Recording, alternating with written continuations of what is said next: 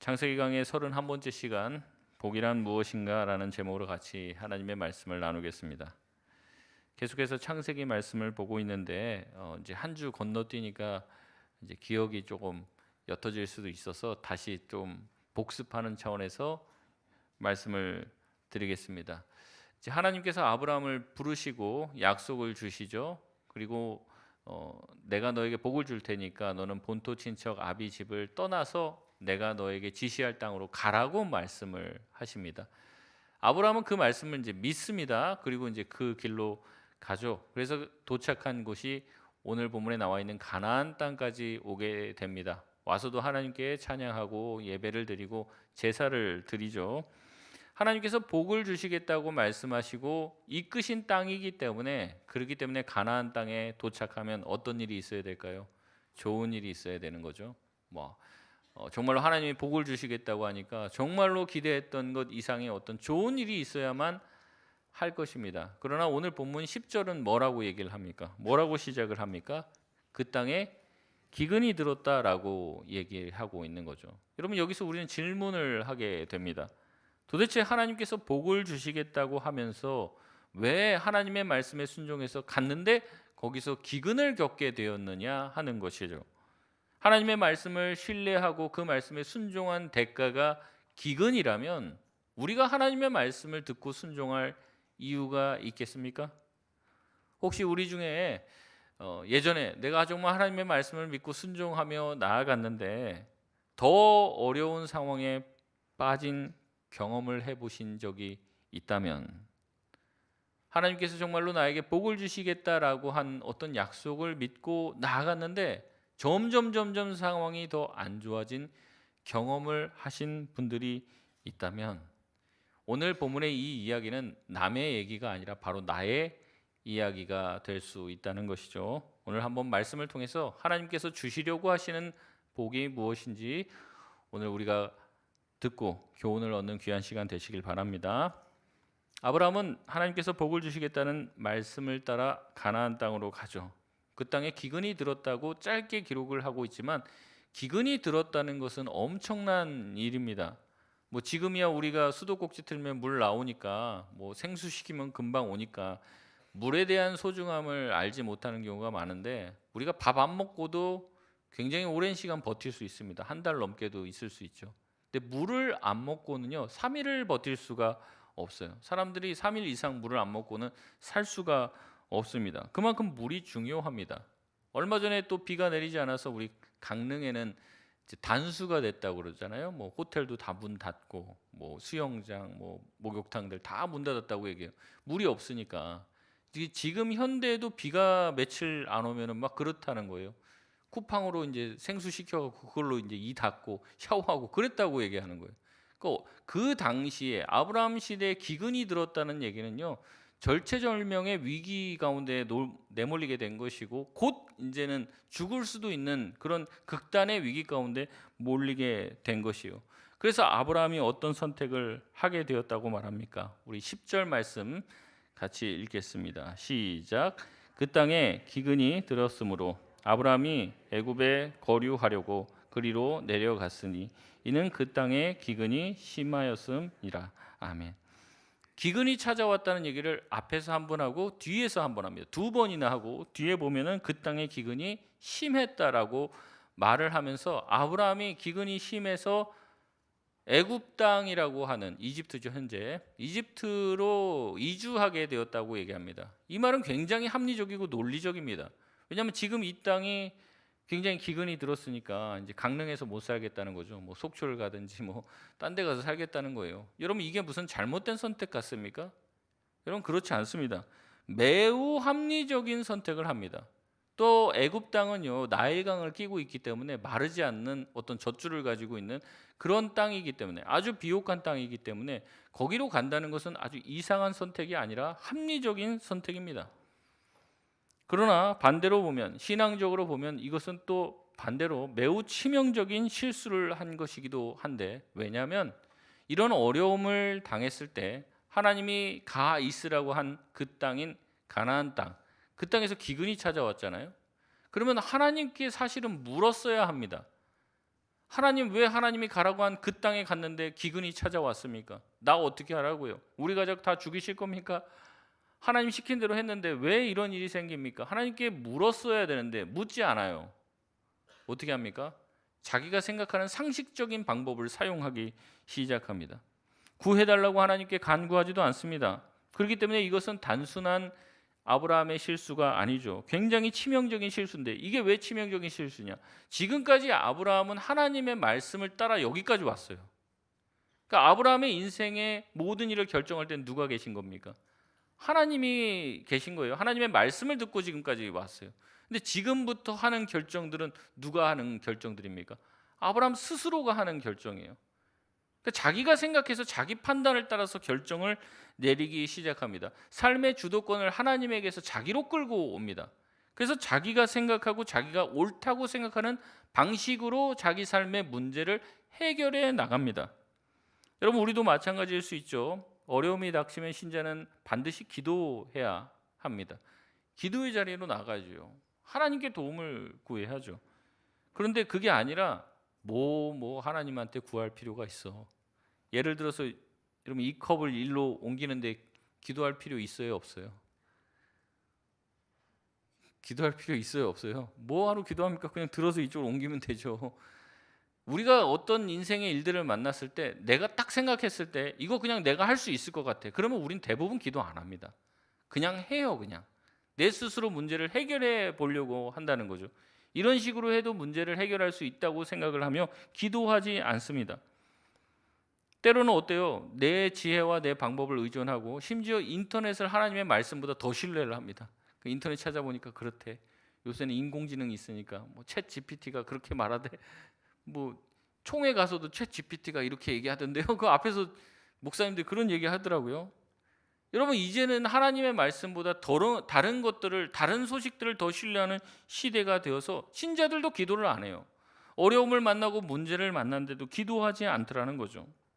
그러나 여러분, 하나님이 주시는 해결책이 아닌 인간이 만들어낸 해결책은 반드시 다른 번의 문제를 또 가지고 오게 됩니다. 아브라함은 자기의 해결책으로 애굽으로 내려가는 선택을 하게 되죠. 근데 막상 애굽으로 내려가니까 또 문제가 생겨요. 이게 뭐냐면 아내가 너무 이쁜 거예요. 아내가 너무 이쁘니까, 그 당시 조금 야만스러운 사회라고 했을 때 아내가 너무 이쁘니까 그 아내를 뺏어오려면 어때요? 남편을 죽이고 이 아내를 데리고 올 것 같은 생각이 드는 거죠. 그래서 생명의 위협을 느끼게 됩니다. 그래서 어떻게 하냐면 아내한테 가서 얘기해요. 너를 내 아내라고 하지 말고 누이라고 우리가 이야기하자, 이렇게 제안을 합니다. 우리 13절 말씀인데 같이 한번 읽겠습니다. 시작. 원하건대 그대는 나의 누이라 하라. 그러면 내가 그대로 말미암아 안전하고 내 목숨이 그대로 말미암아 보존되리라 하니라. 아멘. 아내 때문에 자기의 생명이 위협을 느끼게 되면 우리가 어떻게 해야 됩니까? 남편들이요, 어떻게 해야 됩니까? 목숨을 다해서 내가 널 지켜줄게. 누가 찾아와도 내가 널 보호해줄게, 이래야 되는 거 아닙니까? 근데 아브라함은 전혀 다른 얘기를 해요. 거짓말을 요구하는 거죠. 물론 아브라함의 이 제안이 100%다 거짓말은 아니라 일부 진실이 포함되어 있습니다. 그때 당시에는 이제 근친 결혼이 어느 정도 허용되는 시대였는데 이 아브라함은 이 사례와 이복 누이지간이었다는 거죠. 그렇기 때문에 자기의 아내인 이 사례를 누이라고 말하는 게 완전한 거짓말은 아니에요. 근데 뭐가 문제입니까? 자기의 아내라고 하는 정체성이 더 중요하잖아요. 더 중요한 사실을 감추기 위해서 작은 사실을 이야기하고, 그래서 자기의 아내라는 것을 사람들에게 공포하지 않는 것이죠. 그래서 더 중요한 진실은 숨기고 자기 아내인 이 사례가 자기 누이라는 사실로 방패막이를 삼는 것이에요. 여러분, 왜 아브라함이 이런 거짓말을 합니까? 아내를 위해서일까요? 자기를 위해서. 근데 마치 아내를 위해서 하는 것처럼 얘기하는 거죠. 칼빈은 이렇게 말합니다. 그가 아내에게 그대는 나의 누이라 하라고 말한 것은 하나님의 도우심을 의심하고 비열한 속임수에 의지하려는 아브라함의 삐뚤어진 마음을 드러낸다 라고 말합니다. 아브라함은 지금 계속해서 자기의 어떤 꾀를 부려서 이 문제를 타개해 나가려고 합니다. 기근이 드니까 어떻게 해요? 애굽으로 가면 되겠네. 애굽으로 가니까 자기 아내 때문에 자기가 죽을 것 같아요. 그러니까 어떻게 합니까? 거짓말을 해서 지금의 이 위기 상황을 모면하려고 합니다. 아브라함은 지금 하나님께서 자기를 복으로 삼고 복의 근원으로 삼아서 큰 민족을 이루게 할 것이다, 내가 너를 지키고 보호해 줄 것이다 라는 그런 약속보다 자기의 지혜와 자기의 꾀로 이 문제를 해결해 나가 스스로 자기의 인생을 지키려고 하는 것입니다. 거짓말을 하면서도 사실 내가 하는 말은 거짓말이 아니야, 스스로 그렇게 속인다는 것이죠. 이런 아브라함의 인간적인 해결책은 여기서 끝나지 않습니다. 또 다른 문제를 불러일으킵니다. 15절 16절 말씀 같이 한번 읽겠습니다. 시작. 바로의 고관들도 바로 앞에서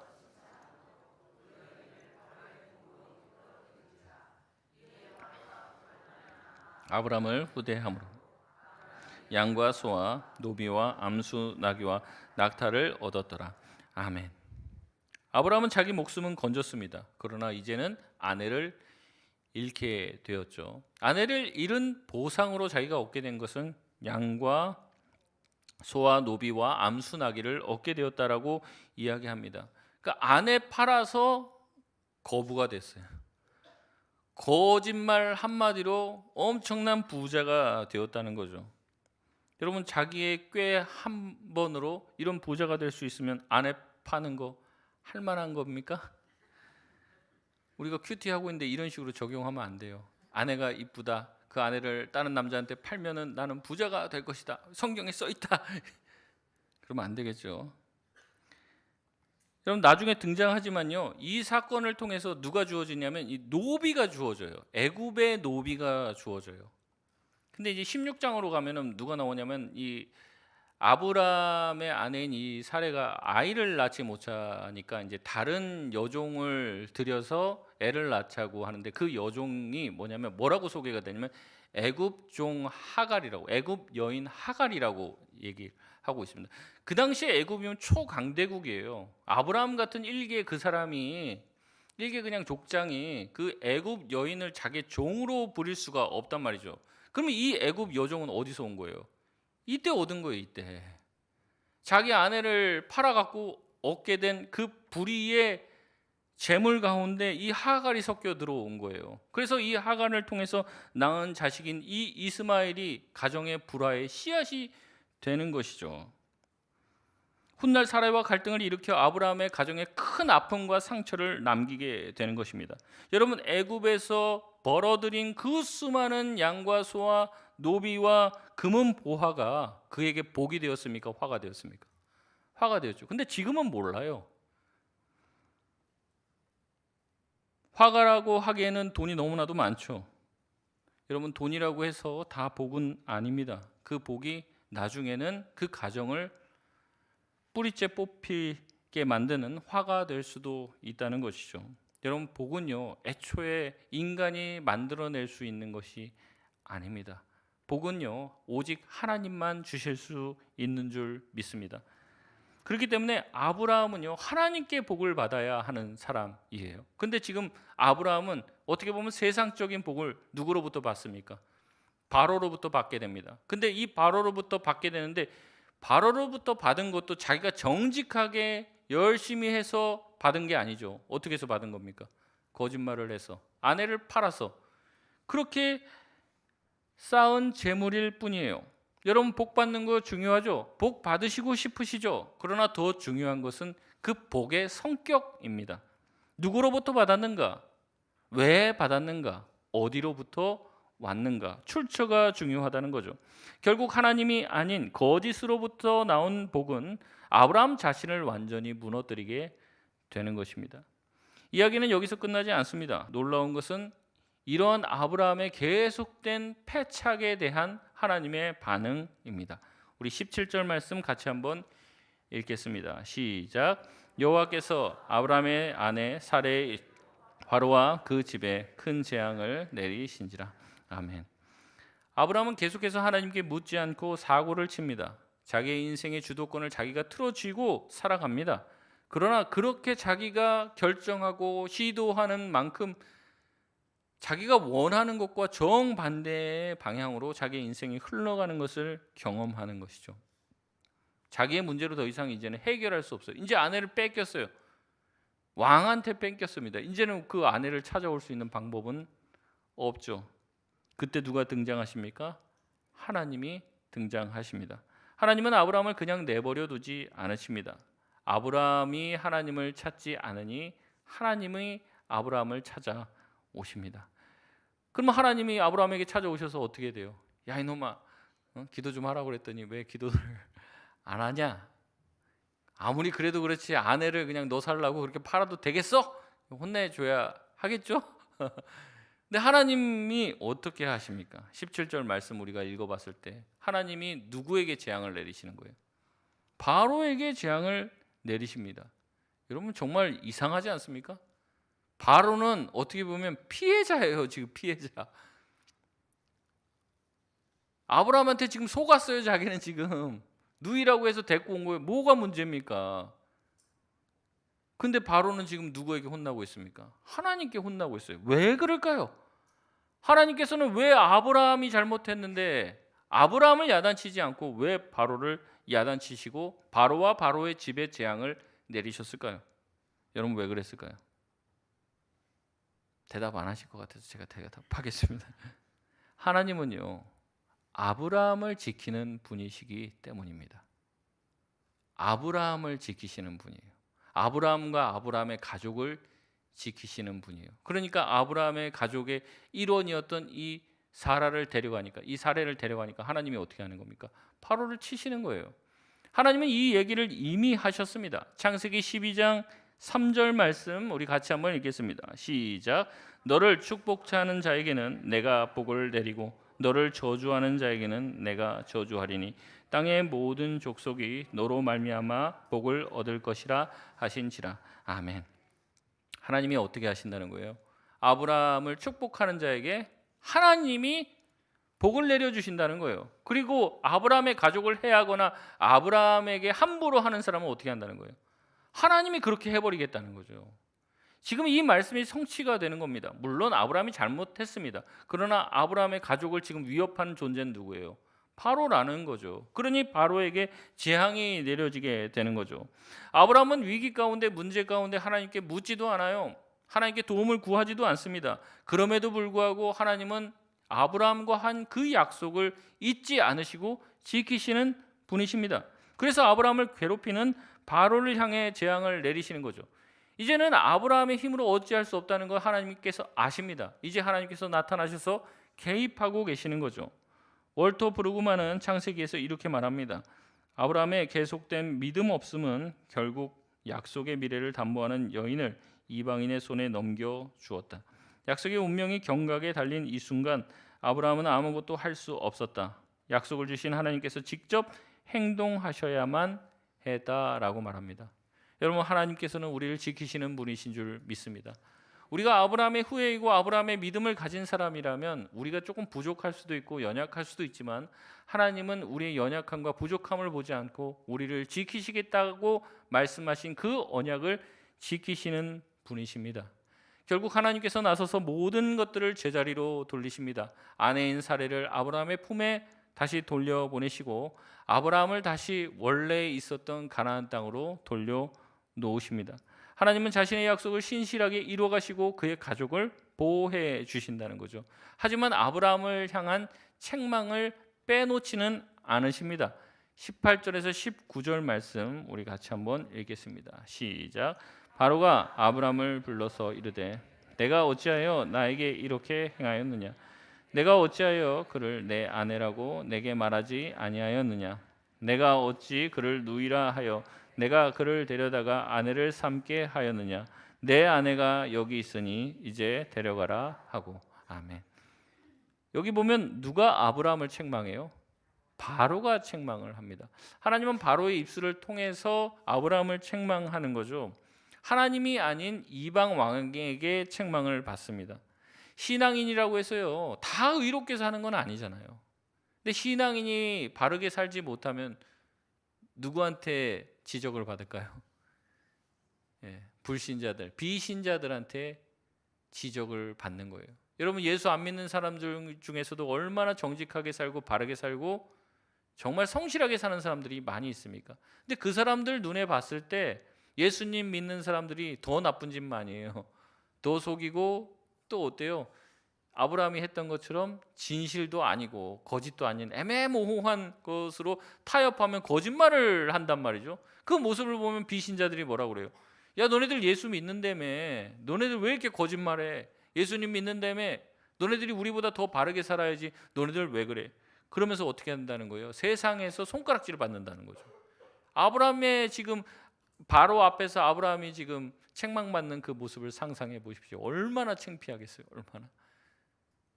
이방 왕에게 손가락질 받고, 너 그렇게 하는 게 맞아? 너 그렇게 거짓말하는 게 맞아? 이제 이방 왕한테 욕을 먹는 거예요. 그 가족들이 얼마나 창피하겠습니까? 우리 아버지가 물론 지금 자녀는 없지만 이제 그 가족들이 어떻게 아내를 지금 누이라고 해서 이렇게 팔아먹을 수 있어? 이런 얘기를 들었을 거 아니에요. 얼마나 큰 망신인지 몰라요. 여러분, 우리가 예수님 믿으면서요 이렇게 도덕적인 기준, 높은 도덕적인 기준을 가지고 살지 못하면요 믿지 않는 사람들에게 망신을 받는 거예요. 근데 거기서 끝나지 않습니다. 우리가 예수 믿는 우리가 잘못을 해서 지적을 받고 손가락질을 받으면 결국 누가 모욕을 받게 됩니까? 하나님이 모욕을 받는 거예요. 교회가 욕을 먹게 되는 거예요. 지금 많은 사람들이 교회를 향해서 지탄의 손가락질을 하는 이유가 바로 이 모양 아닙니까? 예수님 믿는 사람들이 다르게 살지 못하고 똑같이 사니까 그래요. 세상 사람들과 똑같이 양보할 줄 모르고 희생할 줄 모르는 거죠. 자기 권리 다 챙겨 먹고 절대 손해 보려고 하지 않는 그런 모습들을 통해서 오히려 세상 사람들에게 손가락질을 받는 것이요. 하나님은 이방 왕의 입술을 통해서 아브라함의 잘못을 반드시 지적하고 넘어가십니다. 결국 20절에 아브라함은 쫓겨나게 되죠. 스스로 기근을 피해서 도망쳤던 그곳으로 다시 돌아가게 됩니다. 근데 다시 돌아가게 된 것도 누구 때문이에요? 자기 때문이죠.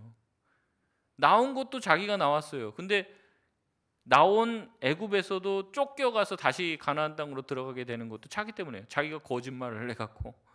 그 지금 자기 혼자 사고치고 자기 혼자 수습은 누가 하는 겁니까?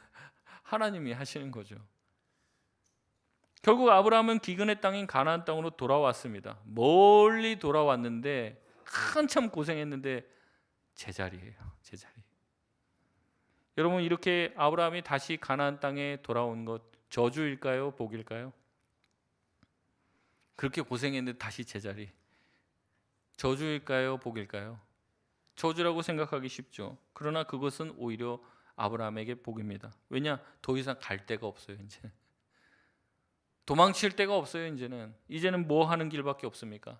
하나님만 의지하는 길밖에 없어요. 이제 자기 어려우니까 자기가 할 수 있는 건 하나님께 도움을 구하는 길밖에 없다는 거예요.